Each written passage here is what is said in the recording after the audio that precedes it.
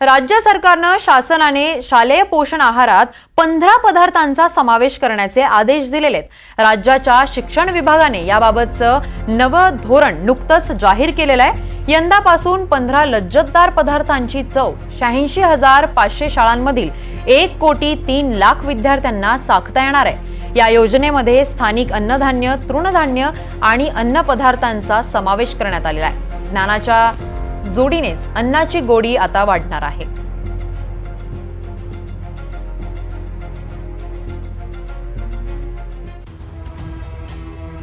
Vegetable pulao, मसाले भात, मटार पुलाव, मूग डाळ खिचडी, चवळी खिचडी शालेय पोषण आहारात 15 पदार्थांचा समावेश करण्यात आलेला आहे। तर यासोबतच चना पुलाव, सोयाबीन पुलाव, मसुरी पुलाव, अंडा पुलाव, मोड आलेल्या मटकीची उसळ, त्यासोबतच गोड खिचडी, मूग शेवगा वरण भात, तांदळाची खीर, नाचणीचं सत्व, मोड आलेले कडधान्य अशा 15 पदार्थांचा शालेय पोषण आहारात समावेश करण्यात आलेला आहे।